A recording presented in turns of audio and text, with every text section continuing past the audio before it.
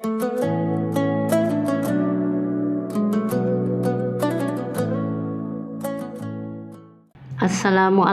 warahmatullahi wabarakatuh.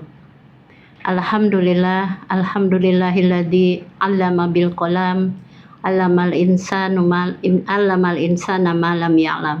Asyhadu an la ilaha illallah wahdahu la syarikalah wa asyhadu anna Muhammadan 'abduhu wa rasuluh, amma ba'du. Qala Allahu ta'ala fil Qur'anil Karim, a'udzu billahi minasy syaithanir rajim. Fa'akim wajhaka lid-dini hanifa fitratallahi allati fataran nas 'alaiha la tabdila li khalqillah. Rekan dakta yang dimuliakan Allah, jumpa lagi dengan saya Neneng Kusniar di dakta di FM 1107. Pada kali ini saya akan membawakan tema sebagaimana tadi dihantarkan, kembali ke fitrah. Baru saja kita menyelesaikan ibadah Ramadan ya, ibadah saum Ramadan yang mungkin ini baru hari ke-13 bulan Syawal ya. Itu kita baru saja dicas keimanan kita ya. Jadi tugas berat yang menanti kita di depan setelah Syawal ini, setelah Ramadan ini adalah bulan Syawal. Syawal artinya peningkatan. Jadi kita telah dilatih selama Ramadan. Ramad itu artinya membakar ya. Mudah-mudahan kebakar dosa-dosa kita, kebakar kesalahan kita, kita kembali suci, bersih, kembali kepada fitrah yang tentunya harus terus kita meningkatkan ketakwaan, karena di bulan Ramadan kita tujuan ibadah saum adalah la'alakum tattaqun. Bersyukurlah kita karena pada bulan yang lalu kita masih dapat melaksanakan ibadah saum entah yang keberapa. Insya Allah kita laksanakan dengan baik, lebih baik dari tahun-tahun sebelumnya. Dan kita sekarang telah kembali menjadi fitrah, kembali ke fitrah. Rekan dakta yang dimuliakan Allah, makna fitrah kadang hampir sama dengan fitri.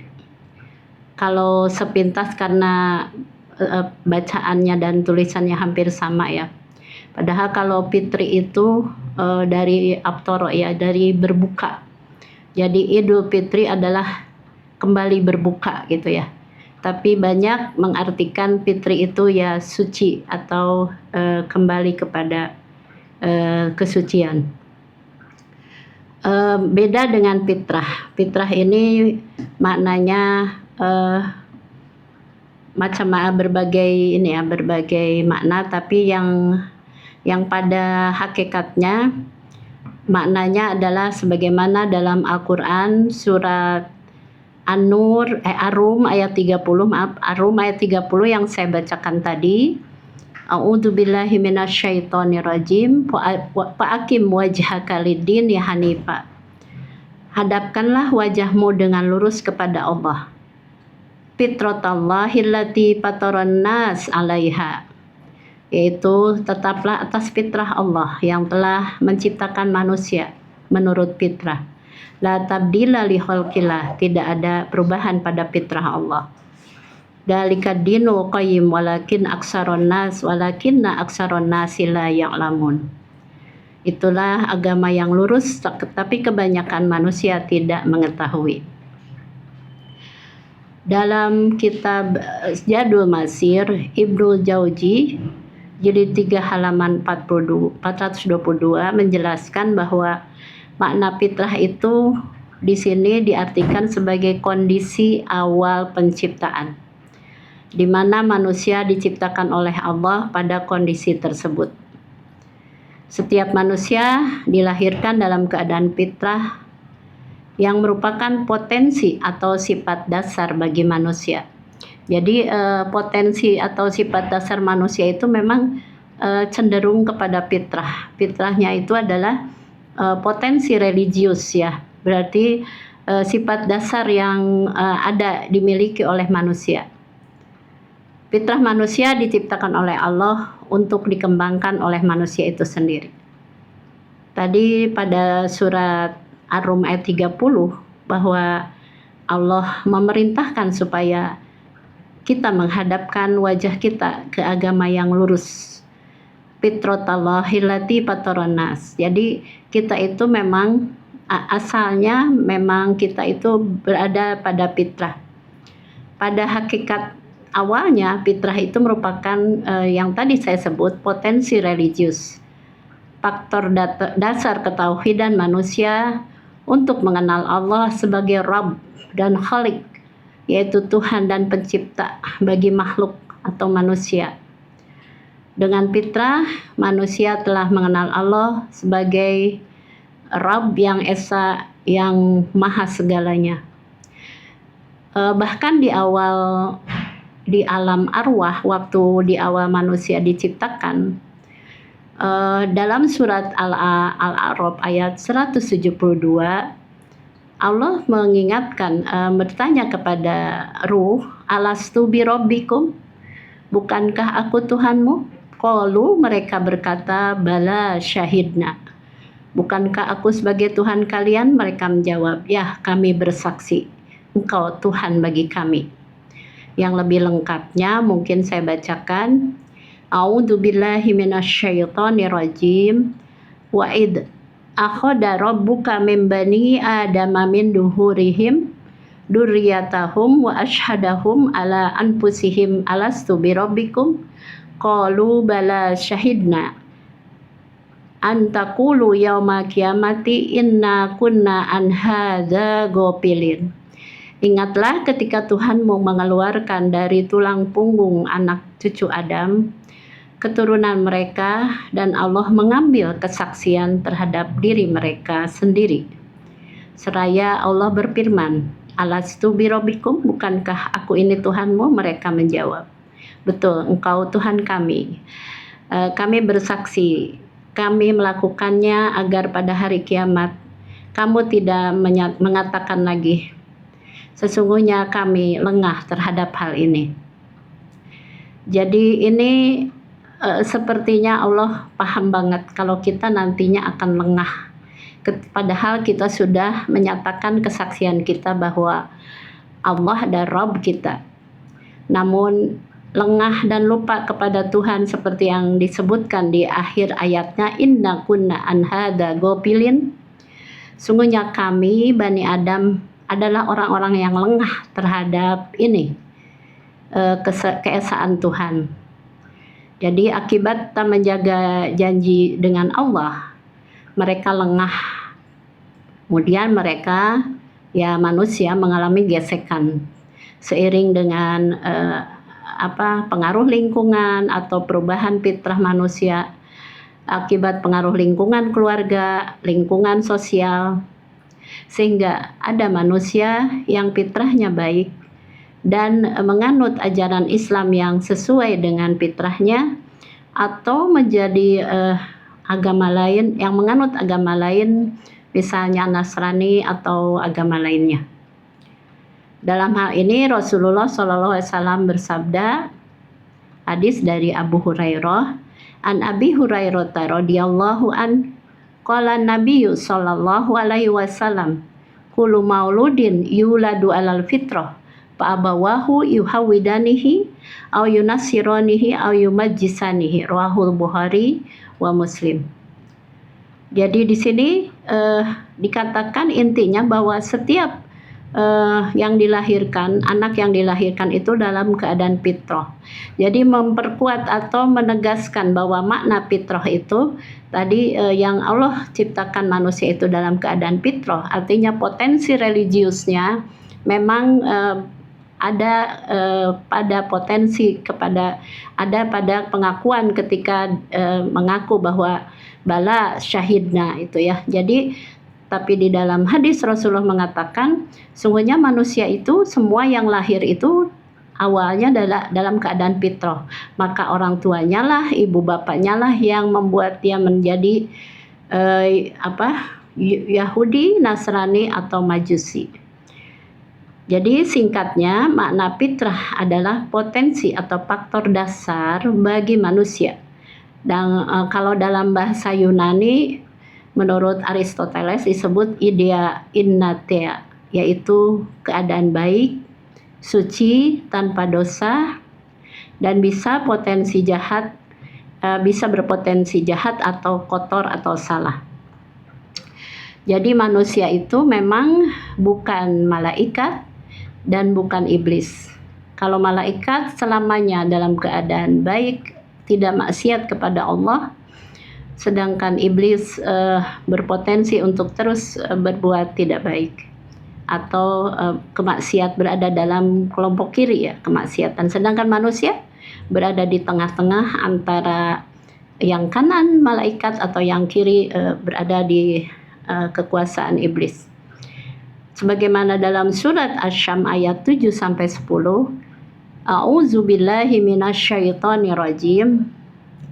Wa nafsi wa ma sawwaha fa'alhamaha fujuraha wa taqwaha. Qad aflaha man zakkaha wa qad khaba man dassaha. Wa nafsi wa ma sawwaha, demi jiwa dan penyempurnaan ciptaannya. Fa'alhamaha fujuraha wa taqwaha, maka dia Allah mengilhamkan kepadanya, kepada jiwa tersebut, potensi kejahatan dan kebaikan. Qad aflaha man zakkaha, sungguh beruntunglah orang yang mensucikan jiwanya. Wa qad khaba man dassaha, dan sungguh merugi orang-orang yang mengotori jiwa itu. Jadi kata fitrah juga bermakna jiwa, an-nafs, yang menjadi bagian inti dan esensi dari jiwa.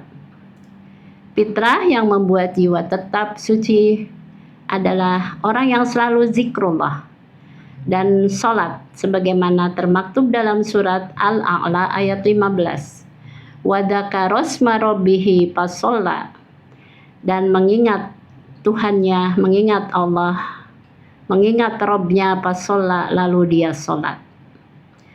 Sebaliknya, yang membuat jiwa kotor adalah dusta dan ekstrim, gulu, toghaw atau kebohongan, dan tindakan melampaui batas atau jolim.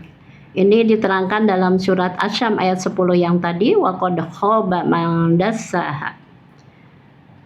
Puasa Ramadan, rekan data yang dimuliakan Allah, bukan berarti kita bebas dari pengendalian hawa nafsu. Justru kita sudah dilatih selama sebulan penuh bisa mentaati perintah Allah, menjauhi larangannya, untuk tidak makan, tidak minum, dan meninggalkan hal-hal yang akan membatalkan saum di siang hari.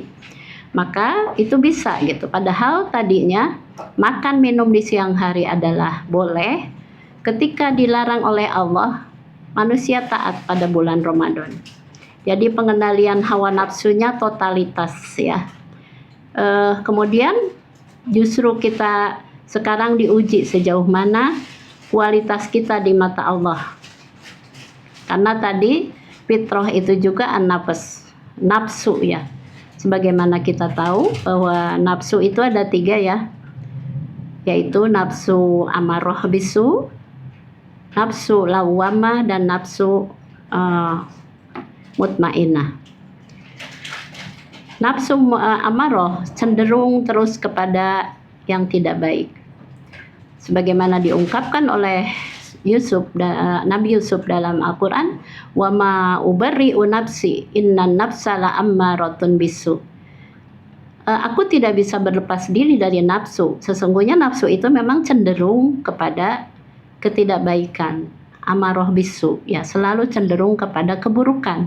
Illa ma rahima rabbi, kecuali dirahmati Allah. Jadi kita juga memiliki potensi untuk amarah bisu, tapi semua karena kasih sayang Allah, rahmat Allah, maka kita seringkali bisa menghindar dari amarah bisu. Maka pada posisi yang kedua, manusia berada pada nafsu lawamah. Nafsu lawamah itu kadang kita cenderung berbuat tidak baik, kadang cenderung berbuat baik. Tarik menariknya tergantung sibgoh yang kita lakukan. Nah, selama Ramadan cenderung berbuat baik terus, bahkan di hadisnya bahwa setan seolah-olah dibelenggu gitu ya. Dan pintu surga dibuka terus, pintu neraka ditutup. Jadi setelah kita dicas selama Ramadan, itu nafsu itu bisa kita kendalikan. Mudah-mudahan di bulan berikutnya kita bukan menjadi ibadah yang musiman atau menjadi hamba Ramadaniun, tapi harusnya kita menjadi hamba Rabbaniyun. Rabbaniyun adalah hamba Allah yang tidak berdasarkan event-event tertentu, tapi selamanya kita berada pada hamba Allah yang beribadah dan terus meningkatkan ketakwaan. Maka posisi nafsu yang ketiga adalah nafsu mutmainnah yang cenderung kepada kebaikan terus ya. Kita kadang-kadang kebanyakan mungkin berada pada nafsu lawamah. Kadang melakukan ketika kita hilaf, tergelincir atau lupa. Kemudian kita memperbaiki diri ya. Nanti kadang suka ada yang lupa lagi tuh sama tobat. Jadi tobatnya kumat ya, tomat ya. Jadi ini merupakan nafsu yang tarik menarik. Tapi ketika kita berada pada posisi nafsu mutmainnah, maka insya Allah kita berada terus di kebaikan. Maka pada saat kita kembali kepada fitrah tadi, dan kita paham bahwa fitrah itu adalah kembali kepada potensi religius yang ada, yang memang dari awal ketika kita diciptakan kita sudah berpotensi baik. Tapi Allah juga menguji kita dengan alhamaha fujuraha wa taqwaha. Jadi ada kecenderungan berbuat tidak baik, ada kecenderungan berbuat takwa. Maka kita memiliki tugas setelah Ramadan ini kembali kepada fitrah itu dalam beberapa hal. Pertama, kita harus menjaga serta meningkatkan iman dan takwa kita kepada Allah Subhanahu wa taala. Ramadan adalah cara Allah mencharge keimanan kita dan ketakwaan kita selama sebulan penuh. Jadi kita diisi dengan ketaatan, menjalankan saum dan amaliyah Ramadan lainnya, dan kita mampu meninggalkan yang dilarang. Selama saum kita terlatih imaman wahtisaban, karena dalam hadis itu kan sudah kita sering dengar selama Ramadan, man shoma ramadana imanan wahtisaban ghufirallahu ma taqaddama min danbi. Maka selama saum kita terus jaga imanan wahtisaban. Kemudian malamnya juga kita diberi kesempatan untuk diampuni dosa ketika kita mendirikan qiyam Ramadannya pada malam hari, man qoma ramadana, jadi mendirikan sholat malamnya dengan imanan wahtisaban. Maka insya Allah kita sebulan penuh terlatih untuk imanan wahtisaban dalam semua amal. Karena ini merupakan pondasi pertama untuk meningkatkan keimanan, karena iman adalah akidah atau akar dari sebuah pohon. Kalau diibaratkan sebuah pohon, maka iman itu adalah akarnya yang akan menentukan nanti apakah pohon ini akan tumbuh lebat atau tidaknya. Maka ketika Ramadan iman kita dicas untuk terus diberikan nutrisi. Nah, ketika selesai Ramadan itu jangan dilepas, karena iman itu memang kadang naik turun ya. Tapi kita terus ingat kepada posisi ketika Ramadan, hadirkan Ramadan terus pada saat kita lengah atau apa, kita ingat di bulan Ramadan kok kita bisa gitu ya. Jadi imanan wahtisaban harus kita hadirkan terus dalam di bulan 11 bulan yang akan kita lalui, yang nantinya ketemu lagi Ramadan. Jadi yang pertama itu tadi harus meningkatkan terus keimanan dan ketakwaan, dan menjaganya untuk 11 bulan ini tidak tidak turun, bahkan kalau perlu naik, ya minimal ada sisa-sisa atau yang perlu dipertahankan ketika kita Ramadan, imanan wahtisabannya. Kedua, yang ketika kita selesai Ramadan kembali kepada fitrah adalah tugas yang kedua adalah meningkatkan ibadah dan amal soleh. Jadi tadi keimanannya kita jaga, kemudian ibadahnya juga harus langgeng, kita hadirkan terus gitu, harus secara dawam, mudawamah. Penjabaran dari ibadah dan amal soleh tentu sangat luas dan beragam. Ada ibadah yang sunnah, wajib. Kok ketika Ramadan kita bisa ya? Padahal di bulan biasa itu yang namanya qiyamul lail atau tahajud itu sulit sekali.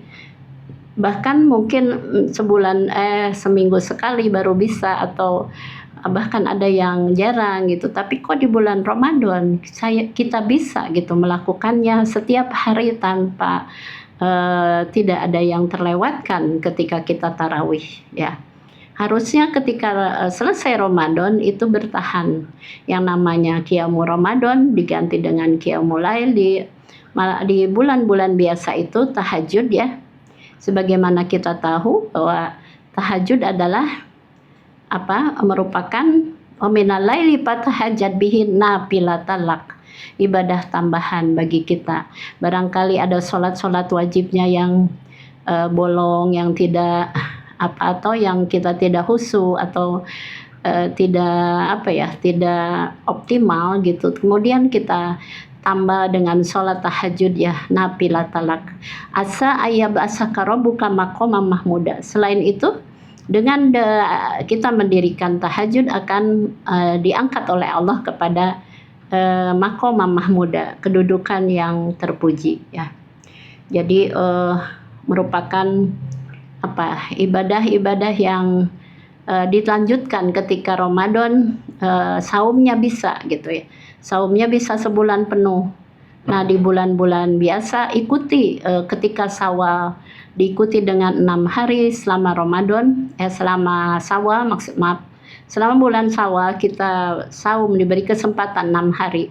Keutamaannya adalah sama seperti saum selama setahun.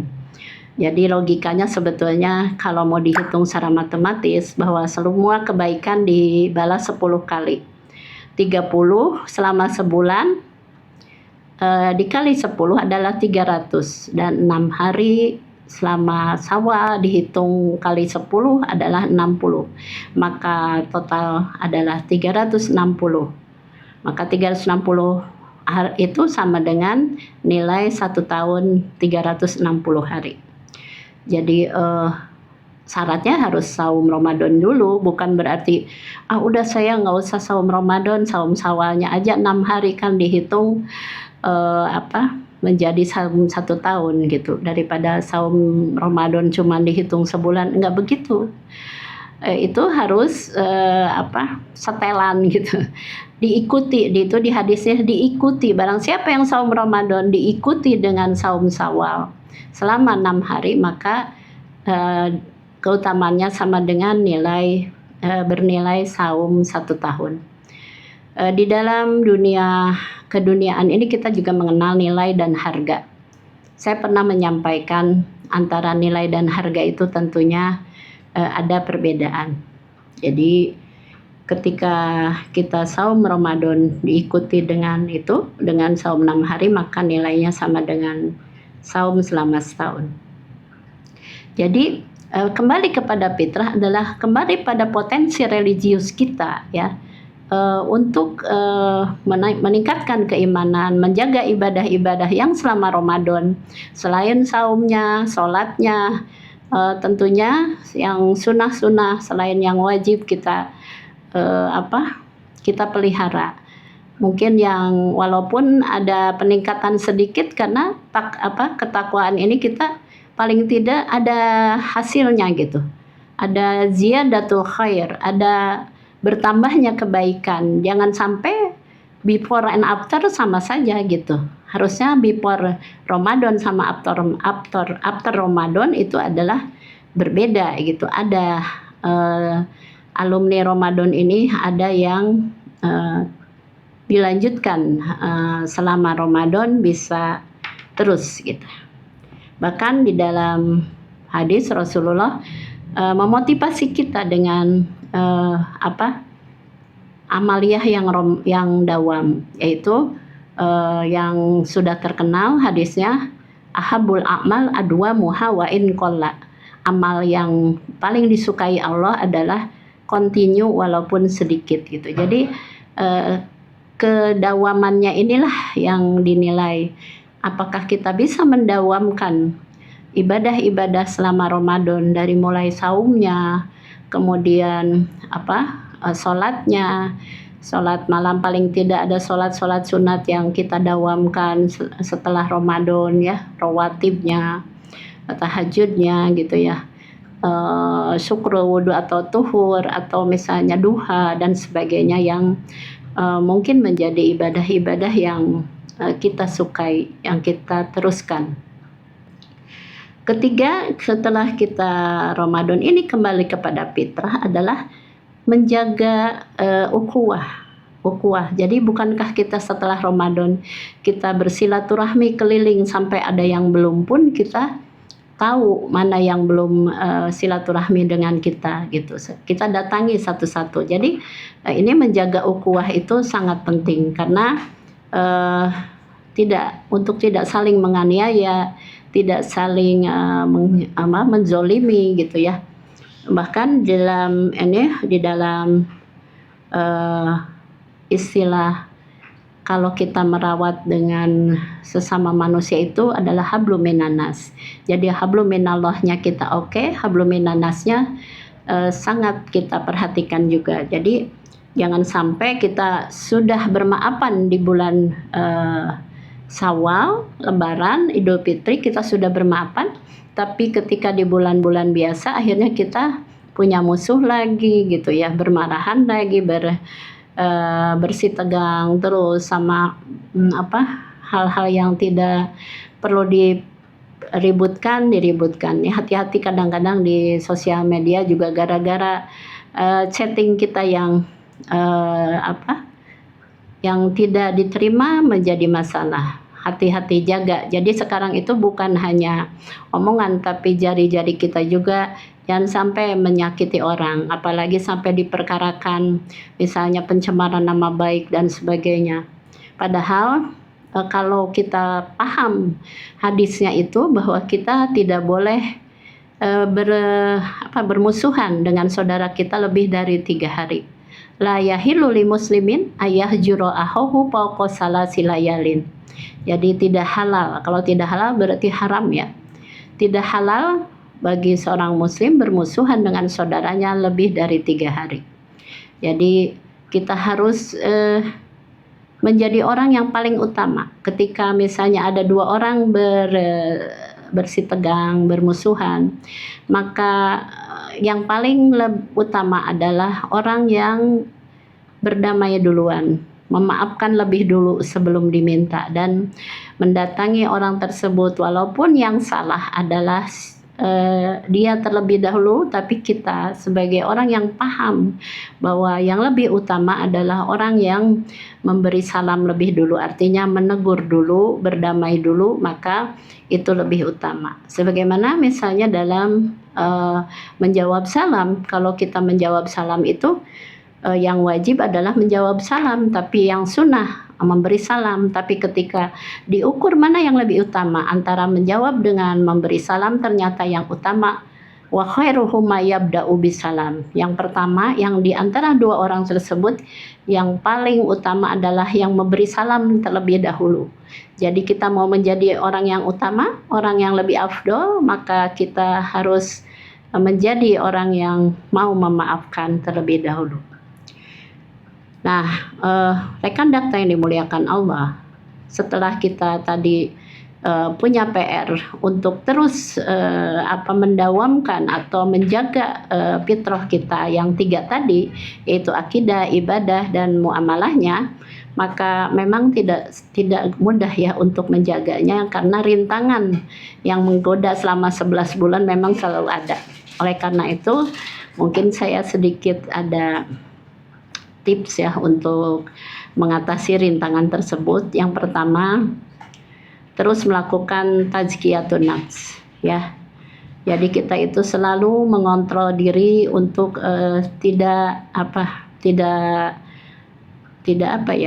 terlalu kepada hal-hal yang tidak diinginkan. Misalnya jiwa kita itu kita bersihkan terus ya, dengan sholat, dengan baca Al-Quran, dengan apapun yang akan membersihkan jiwa kita, terutama taubat, istighfar ya, karena istighfar itu merupakan keutamaan yang harus kita walaupun kita bisa kadang-kadang merasa hari ini nggak ada salah, ternyata kita itu sebetulnya seperti debu ya. Debu kalau di rumah itu, debu itu misalnya terlihat sehari 2 hari tidak dikotori, padahal tidak dikotori, tapi debu itu ada terus.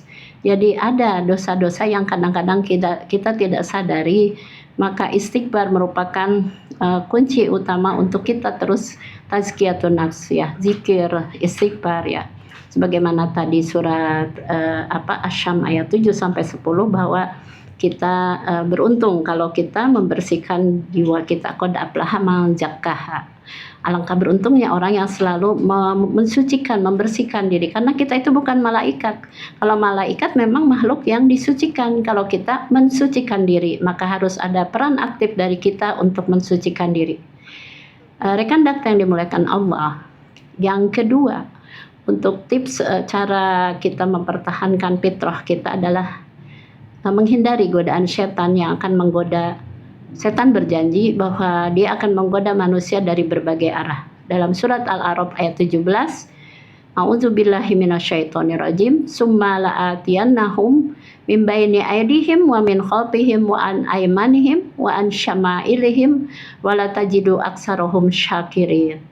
Jadi memang setan sudah berjanji akan mendatangi manusia, menggoda manusia dari berbagai arah ya. Dari depan, dari belakang, dari kanan, dari kiri. Tapi kebanyakan manusia tidak bersyukur. Tapi ada arah yang luput dari godaan setan, yaitu atas. Di sini tidak disebut, karena di atas itu ada rahmat Allah. Maka kita terus dekati Allah supaya kita terhindar dari godaan setan. Jangan sampai setan itu kita undang dalam berbagai kesempatan. Misalnya ketika kita makan, kita tidak baca bismillah, maka setan berkesempatan ikut makan dengan kita. Kalau kita masuk rumah tidak mengucapkan salam, tidak dibacakan Al-Quran di dalamnya, maka mengundang setan untuk tinggal bersama kita. Karena tidak dibacakan surat Al-Baqarah misalnya, itu akan mengundang setan hadir dalam rumah. Dan banyak lagi hal-hal yang bisa kita upayakan untuk tidak menghadirkan setan. Misalnya dalam kita aktivitas masuk toilet, kita baca doa, maka selain ibadah, aktivitas kita menjadi ibadah, kita juga mengusir hadirnya setan. Ketika mau tidur, ketika makan, dan seterusnya, Rasulullah sudah memberikan bimbingan yang begitu sempurna. Dalam setiap kesempatan kita usir yang namanya musuh kita yang bernama setan. Yang keempat, ketiga adalah konsisten atau istiqomah ya. Memang berat ya istiqomah itu. Kalau ringan ya istirahat namanya. Kalau istiqomah itu memang hadiahnya surga. Allah Subhanahu wa taala, dalam Al-Qur'an surat Hud ayat 112, fastaqim kama umirta wa man taba ma'aka wa la tatghaw innahu bima ta'maluna basir. Maka istiqomahlah sebagaimana aku perintahkan, sebagaimana engkau diperintahkan. Ya kan, Rasulullah memotivasi kita dengan sabdanya yang terkenal bahwa itu dawamnya atau istiqomahnya sesuatu amalan itu akan dicintai Allah. Yang keempat, untuk kita berada terus di dalam keadaan fitrah, eh, 4 mengadakan kajian, taklim, tadabbur Al-Quran ya, tolab ilmu, agar kita terus menambah wawasan keilmuan kita, karena siapa tahu ada beberapa amalan yang kita tidak tahu ilmunya, hanya katanya saja. Nah, ini tidak boleh, karena Allah sudah memperingatkan kita dalam surat Al-Isra ayat 36, wala taqfu ma laisa laka bihi ilmun innas sam'a wal basara wal fuada kullun ulaika kana anhu mas'ula. Jadi kita kalau mengamalkan sesuatu tidak boleh katanya, tapi harus jelas rujukannya ya, karena kita akan diminta pertanggungjawabannya di sisi Allah.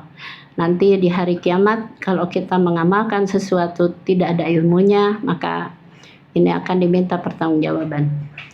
Yang terakhir, bergaul dengan orang-orang soleh agar kita dapat melakukan muamalah dengan baik, tolong menolong, dan saling mengingatkan dalam kebaikan dan kesabaran.